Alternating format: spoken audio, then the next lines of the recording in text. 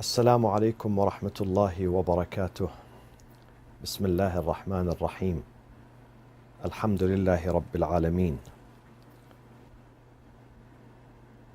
بارئ الخلائق أجمعين، باعث الأنبياء والمرسلين، نحمده ونسبحه ونقدسه على آلائه ونعمائه، ونشهد أن لا إله إلا الله وحده لا شريك له، وأن سيدنا محمدا عبده ورسوله أرسله بالهدى ودين الحق ليظهره على الدين كله. اللهم صل وسلم وبارك وترحم على محمد وآل محمد كأفضل ما صليت وسلمت وباركت وترحمت على إبراهيم وآل إبراهيم في العالمين إنك حميد مجيد. وصل اللهم وسلم على خلفاء نبيك وأوصيائه وأهل بيته وأحبته، علي أمير المؤمنين وقائد الغر المحجلين، وعلى البضعة الطاهرة فاطمة الزهراء سيدة نساء العالمين، وعلى سبطي نبي الرحمة وسيدي شباب أهل الجنة الحسن والحسين عليهما السلام، وعلى علي بن الحسين ومحمد بن علي وجعفر بن محمد وموسى بن جعفر وعلي بن موسى ومحمد بن علي وعلي بن محمد والحسن بن علي والخلف الهادي المهدي عجل الله تعالى فرجه وسهل مخرجه وجعلنا من أنصاره وأعوانه. عباد الله، أوصيكم وأوصي نفسي بتقوى الله سبحانه وتعالى ولزوم أمره. قال الله تبارك وتعالى في كتابه الكريم: أعوذ بالله من الشيطان الرجيم، بسم الله الرحمن الرحيم: ولا تقف ما ليس لك به علم إن السمع والبصر والفؤاد كل أولئك كان عنه مسؤولا. صدق الله العلي العظيم. In the beginning, I would extend my heartfelt condolences to all of you, my friends, the community of the faithfuls, the community of the Muslims worldwide, and those who are non-Muslims but believe in the cause of truth and justice and peace and equality and freedom and dignity and humanity. I extend my condolences to you all for the martyrdom of Al-Imam al-Hussein ibn Ali on the 10th day of Muharram al-Haram in year 61. This is the first Friday during the month of Muharram and the new year, which is 1442. The Holy Quran guides us to a very important principle in Islam, and that principle is to verify the information before you believe them, before you embrace them, before you disseminate them. You have to verify that. You have to make sure this piece of information,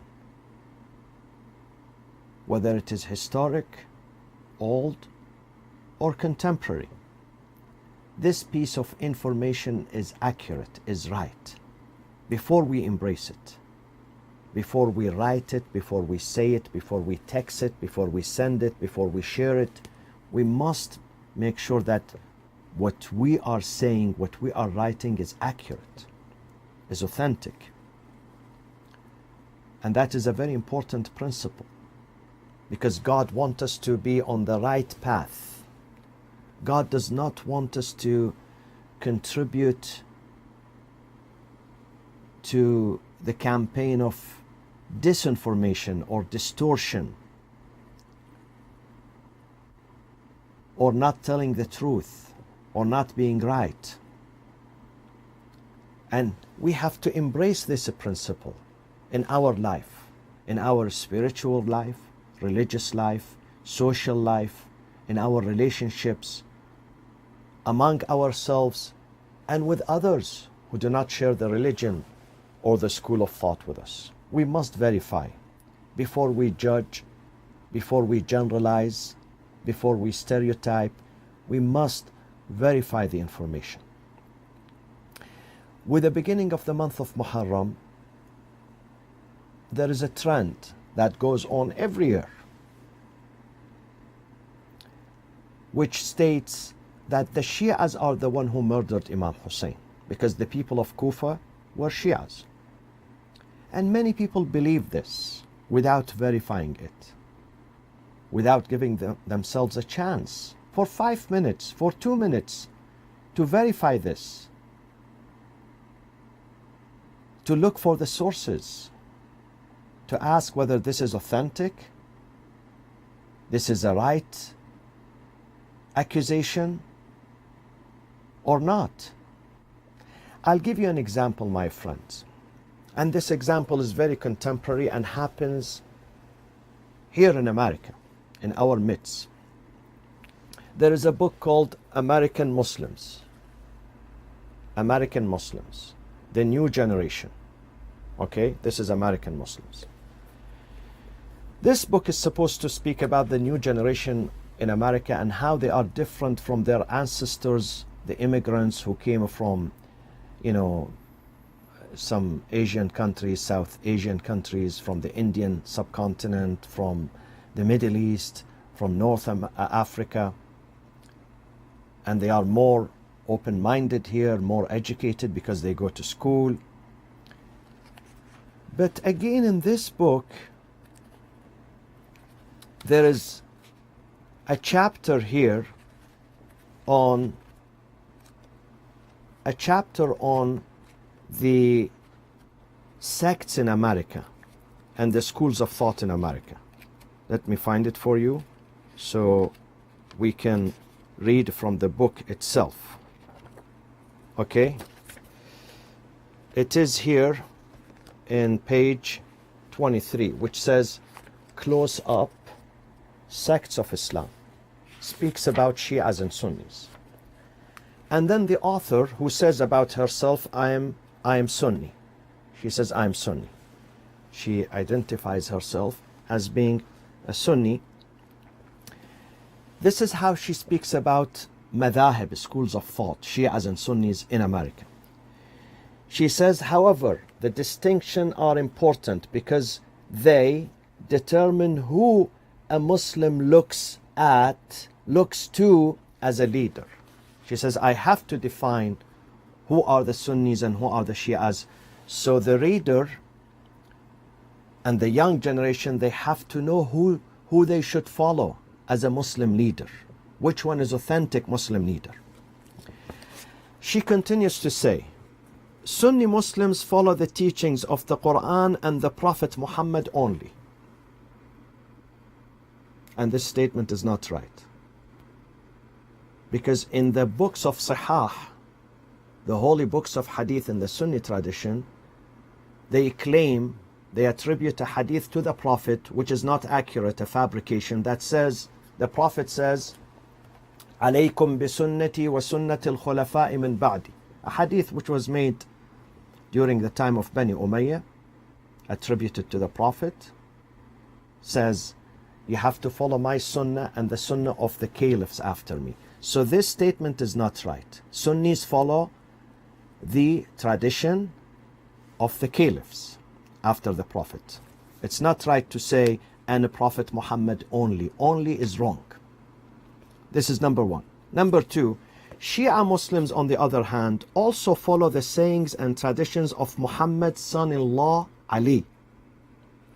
The Shia sect actually derives its origin from a group of Muslims who supported Ali against his political enemies. And the emphasis stuck for 1400 years from that day. Shias truly, look at this statement, Shias truly believe that Ali is a very important person in Islam, which is very right. To some, he is as important as the Prophet Muhammad, maybe more. So she says the Shia believe that Ali is more important than Muhammad. And this cliche has been repeated for over 1,000 years. This myth, this lie, attributed falsely. This is a negative stereotype. This is a Shia phobia. This is discrimination. This is a political lie against the Shia Muslims. Shia Muslims never said, never in their life, from day one until the day of judgment, never said that Imam Ali is better than the Prophet. He's more important than Prophet Muhammad. In fact, I can share with you some writings in the Sunni tradition that considers Umar ibn al-Khattab more important than Prophet Muhammad. That claims that the Prophet Muhammad may commit a mistake, but Umar does not commit any mistake. This is the truth. This is the reality. I don't want to speak about these things. But when I find a book speaking about in the name of Muslims in America, this is not Muslims in Karachi. This is not Muslims in Islamabad. Of course, she hails from a Pakistani immigrant family. And I bet you she did not verify this. She did not read these books, the main sources in Islam. Maybe she heard things like that in her family, from her friends, from her circles. We should avoid these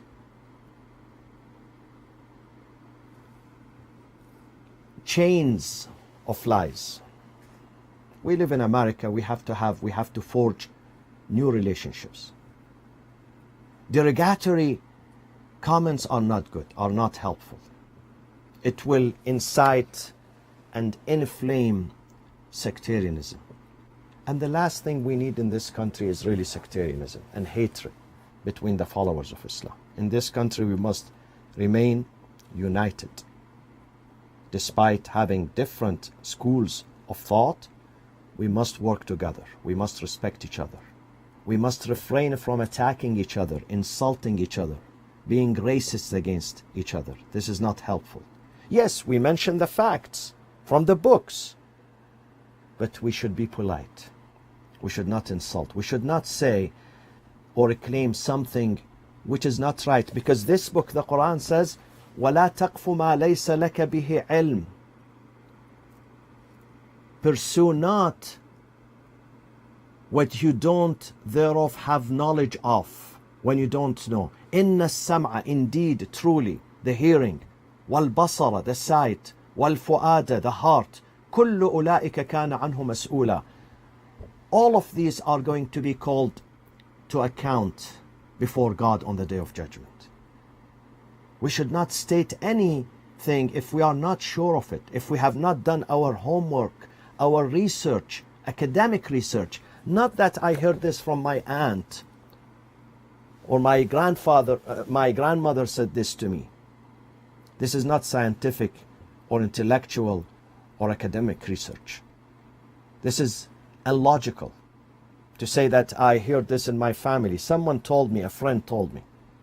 We have to bring books, dalil. These are the books. I always use books when I refer to anything. And half of my library, more than half, are Sunni sources. Because when I speak, I have to bring the dalil. قُلْ هَاتُوا بُرْهَانَكُمْ إِن كُنْتُمْ صَادِقِينَ. God says, bring your burhan, your evidence. The text, show me the text. If you are truthful. إِن كُنْتُمْ صَادِقِينَ. Then she says in another page, she says, being a Sunni Muslim is not as important or as noticed as simply being Muslims. Being Muslim. Would I marry a Shia or an Ismaili? Would my family let me? I don't really know. This is another problem we have because of this campaign of Shia phobia and the distortion of the truth, and continue listening and believing these myths and khurafat and superstitions. Some parents do not allow their kids to have intermarriages. And she says here, the communities do have anxieties about each other, meaning the Shias and the Sunnis. They do have anxieties about each other that are manifested when intermarriages occurs, which is true. True because of what you said earlier. Because what you said in your book, and I'm going to show that she herself, while complaining about, these anxieties between the Shias and Sunnis, she sometimes contributes to that. Where is it? Here in her book, in the same page. She says, Shias are seen by both Sunnis and others as more extreme than Sunni Muslims. So Shias are more extreme than Sunni Muslims. I wonder, were Taliban Shias or Sunnis? Taliban, ISIS, Al-Qaeda, Al-Shabaab, Boko Haram, Sipah al-Sahaba, and you name it, and on and on and on. These terrorist organizations, what school of thought they follow? Those who committed bombings here in America, who happen to be Muslims, which school they followed, my friends? You answered me. Which school they followed? Which tradition they followed? I'm not pro-sectarianism. I'm a pro-being one ummah, one family, and we are one family, and we are brothers and sisters. But when someone writes a book, calling the book American Muslims, she has to verify the information. She has to make sure. Lebanese have a proverb, and the proverb says, ضربني واشتكى. He assaulted me and then he went and he complained against me. And see what she says. Some Shias' rituals are very dramatic. I might agree with you. In Muharram, some of them, which are performed by some, by a small minority, maybe in Pakistan, maybe in India, yes, they are a bit dramatic. They are maybe unnecessary. I agree with you. But including, she says, including one in which Shias beat their breasts in atonement for a centuries-old battle in which Shias attacked Sunnis. So she considers lamentation for Imam Hussein as a form of atonement, which is, it's not an atonement. Atonement for what? It's not. It's solidarity with the Prophet, with the family of the Prophet, for the tragic murder and martyrdom of Imam Hussein and his family. It's not atonement. No one believes it's an atonement. It's solidarity with Ahlul Bayt. It's a gesture of sadness and unity with Ahlul Bayt, standing with them, supporting with them. And when it is done in a moderate way, there is nothing wrong with that. In a moderate way. So it's not about atonement. Beside which Shias beat their best in atonement for a centuries-old battle in which Shias attacked Sunnis. Shias attacked Sunnis. This is not right, my friends. She owes an apology to the Shias. She owes an apology to the Prophet Muhammad, because it was not the Shias, the followers of Ahlul Bayt, who attacked Sunnis. First of all, there were no Shia Sunnis at that time. These are modern terms. Second, it wasn't Shias attacking Sunnis. It was Yazid, the son of Muawiyah, the son of Abu Sufyan, from the Umayyad family, who murdered the grandson of Prophet Muhammad in Karbala. And this is a fact, and no one can deny this. So this misleading statement is not helpful. And I call upon all intellectuals in America, all imams, religious leaders, those who are in charge of Islam, all Islamic organizations, major Islamic organizations in America, specifically ICNA and ISNA and others, to try to bring more unity and more understanding among the Muslims. We need to be one family. These derogatory remarks are not helpful. It will poison the minds of the young generation, and this is the last thing we need in this country. We need our young generation to be together, to be with each other, to have intermarriages, to establish one families, to raise kids together in this country, to face the challenges together, because the challenges are one, and those who don't like us are also one, the Islamophobes. But unless we correct and rectify our own home, domestic home, we cannot face others. When there are some writings like this insulting the Shia Muslims and insulting their school of thought and altering the history, changing the history, not speaking the truth, these things would not be helpful.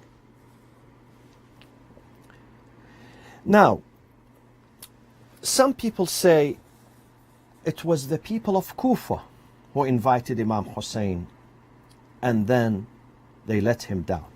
So who are the people of Kufa? My friends, the city of Kufa was conquered during the time of the second caliph. And Imam Ali, when he became caliph, he took that city as his capital. But Kufa was a mixed city, mixed of tribes and families and races and denominations and religions too. There were Jews, there were Christians, there were atheists, there were Muslims and non-Muslims living in Kufa. So not all the Kufans were the Shias of Imam Ali or Ahlul Bayt. Some of them were Kharijites. In fact, the center of Kharijites who were fighting against Imam Ali was in Kufa. And some of them were pro-Bani Umayyah, especially during the reign of the third caliph, Uthman ibn Affan. Many of them moved from Sham and other areas to Kufa and they settled there. So Kufa was a cosmopolitan city. It's like New York today. You find all religions, all groups, all ethnicities living in that city. That was the case of Kufa.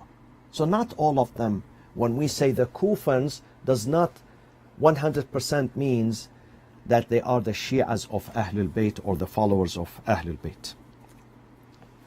And after the martyrdom of Imam Ali in year 40th Hijrah, Muawiyah bin Abi Sufyan became the caliph for almost 20 years. From year 40 until year 60 or 61, he was the caliph. So he tried, he led a campaign of ethnic cleansing in Kufa and Basra against the Shias of Ahlul Bayt, the Shias of Imam Ali alayhi salam. As I'm going to mention tonight in my lecture at 8:15 p.m. Pacific time, how he led a campaign against Imam Ali alayhi salam, a campaign of defamation and distortion. And therefore he appointed some of his cronies like Ziyad ibn Abi as a governor first of Basra and then second of Kufa, and then Al-Mughira ibn Shu'bah. And those people hated Ahlul Bayt and Imam Ali alayhi salam. And they led this campaign of demographic change in Basra and Kufa.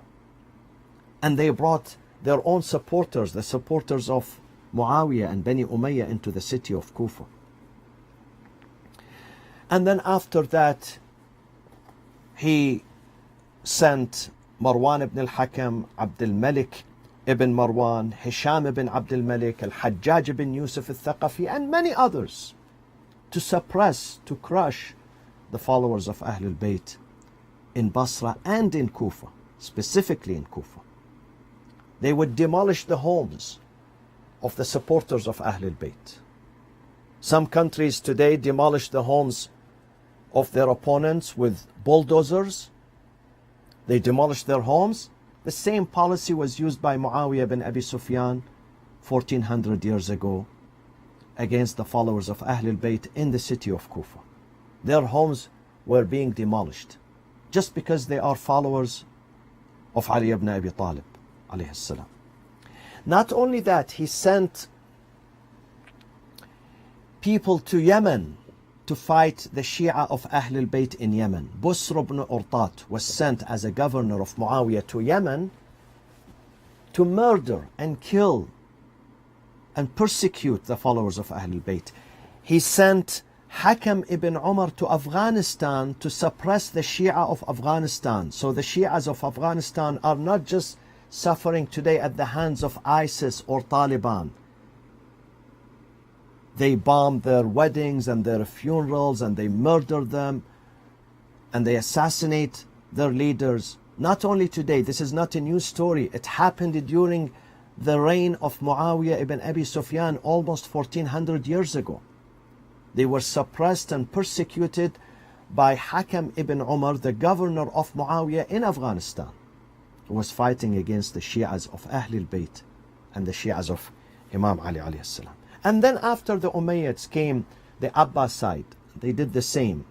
A campaign of ethnic cleansing in Kufa and elsewhere against the followers of Ahlul Bayt. And then after that, the Ayyubis and the Seljuqi,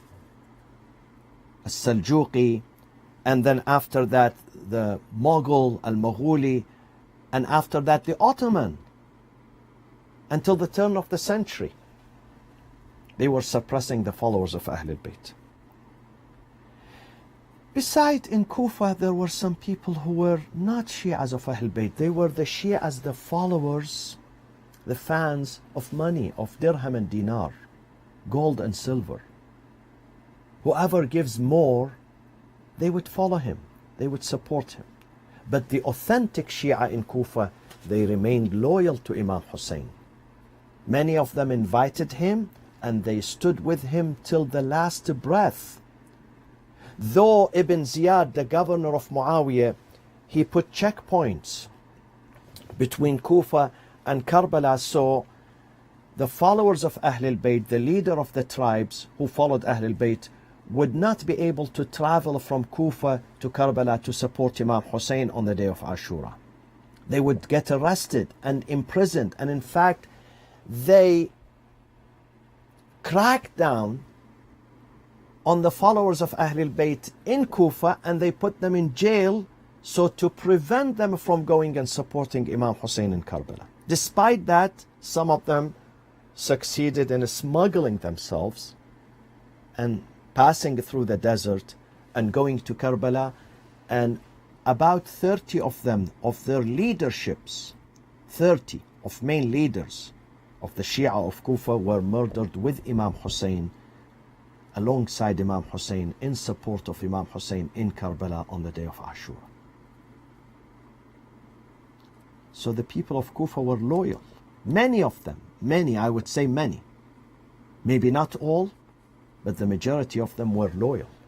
But they could not go to Karbala because they were detained by Ibn Ziyad. They were imprisoned. They were persecuted. They could not make it to Karbala to stand with Imam Hussein. So it wasn't the people of Kufa who betrayed Imam Hussein. And in fact, Imam Hussein, when he speaks to the army that came to fight against him under the leadership of Ibn Ziyad, by the commands of Yazid ibn Muawiyah, who's sitting in Damascus, Imam Hussein addressed them as Ya Shi'ata Ali Abi Sufyan, all the followers, the Shi'as, the supporters of the family of Abu Sufyan. So they were not the Shi'as of Ahlul Bayt. They were the Shi'as of the opponents of Ahlul Bayt, which is Umayyad, which is Abu Sufyan, which is Muawiyah and Yazid. And in fact, Imam Hussein, when he asked them just a few minutes before his martyrdom in Karbala, why do you murder me? Don't you know that my grandfather is a Prophet Muhammad, my grandmother is Khadija bint Khuwaylid, my father is Ali, my mother is Fatima. This is the turban of the Prophet I'm wearing now. This is the sword of the Prophet I'm carrying now. They said, yes, we know all these things. but we fight against you, we are fighting you بغضا منا لأبيك علي, because we hate your father Ali. So are those Shia who hate Imam Ali? The Shias, they love Imam Ali. So they made it clear that because we hate Imam Ali, we are fighting his son and murdering his son Hussein. Those were the Shias of Bani Umayyah, the Shias of the radicals, the Shias of the terrorists, the Shias of the hypocrites, not the Shias of Ahlul Bayt. We have to correct our information. We have to do more research and read and try to find about the truth. Because only when we find the truth, we're going to settle. We're going to find peace. But when we repeat these fabrications and these lies, and when we have ta'assub and bigotry, we are not going to find peace. I found peace when I found the truth in Ahlul Bayt. When I embraced Imam Hussein and Imam Ali and Fatima al-Zahra and the Prophet, peace be upon him. Because I cannot divide this family. I cannot follow the Prophet and not follow his family. Because he said, before him this book says, the Quran, إِنَّمَا يُرِيدُ اللَّهُ لِيُذْهِبَ عَنْكُمُ الرِّجْسَ أَهْلَ الْبَيْتِ وَيُطَهِّرَكُمْ تَطْهِيرًا. This is a refined family, a purified family, an immaculate family, a clean family. The Prophet and Ali and Fatima and Hassan and Hussein. And he said himself, as we saw many times in Sahih Muslim, which is here, he said, أوصيكم الله في أهل بيتي. I am holding God as a witness that you take care of my family after me. He said this. So we have to take care of his family. And we have to stand with the truth, not with falsehood. Leave politics aside. Embrace this book. Embrace this book, the truth. And embrace with this book the Prophet and his family. Because he said, I am leaving behind two things. Kitab Allah, which is this book, وَعِتْرَةِ أَهْلَ بَيْتِ, and my family. If you get hold of them, you will succeed. You will find peace and dignity in your life. My friends, I invite you these nights, the nights of Muharram. And tonight is the third night. Today, Friday, is the second day of Muharram, and tonight will be the third night of Muharram. To follow the sessions, the majalis, the lectures of Ahlul Bayt. Try to find out about the truth. Try to get closer to God more and more. And these sessions are versatile. They speak about family, children, friends, neighbors, past, present, future, social life, brotherhood, sisterhood. Very beneficial. So try to bring your family together and sit in one room and follow these lectures that are going to be launched in many languages. In many languages. This is an opportunity for us to educate ourselves and to be more united, inshallah, and to reach out to our brothers and sisters. And I especially invite my Sunni brothers and sisters. I genuinely and humbly invite them to listen to good lectures.